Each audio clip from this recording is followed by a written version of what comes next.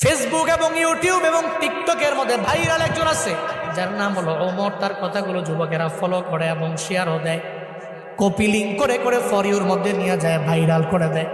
আমি গতকালকে তার একটা ভিডিও দেখলাম, তার মায়ের নামে সে কেমন এটা আমি জানি না, তবে এই ভিডিও দেখার পরে আমি দেখলাম যে মা পাগল ছেলেটা চোখের পানি ফেলাইয়া মায়ের জন্য কান্দে। নেপালের পাহাড়ের সামনে দাঁড়াইয়া বলতেছে, আমার মা দুনিয়ার মধ্যে আমার সবচেয়ে বড় আপন। আমার মায়ের বিরুদ্ধে কথা বললে আমি কোনো আইনও মানি না, কাউরে আমি চিনি না, কারণ মায়ের মতো আপন আমার দুনিয়ার মধ্যে কেউ হতে পারে না। সে বলতে লাগলো, যখন আমার বাবা নাই, আমার মা ছাড়াই পৃথিবীতে আমার আপন যখন কেউ নাই, আমার মায়ের গার্মেন্টসে চাকরি করে করে করে করে কোনো রকম জিন্দেগি চালাইয়া আমারে ফালাইয়া যায় নাই, বরং পরিশ্রম করে করে আমার মা স্কুলের মধ্যে আমারে পড়াইলো। আজকে আমি অনেক মশহুর হয়ে গেলাম, প্রসিদ্ধ হয়ে গেলাম, সবাই আমারে চিনে, তবে আমি মায়েরে ভুলতে পারি না।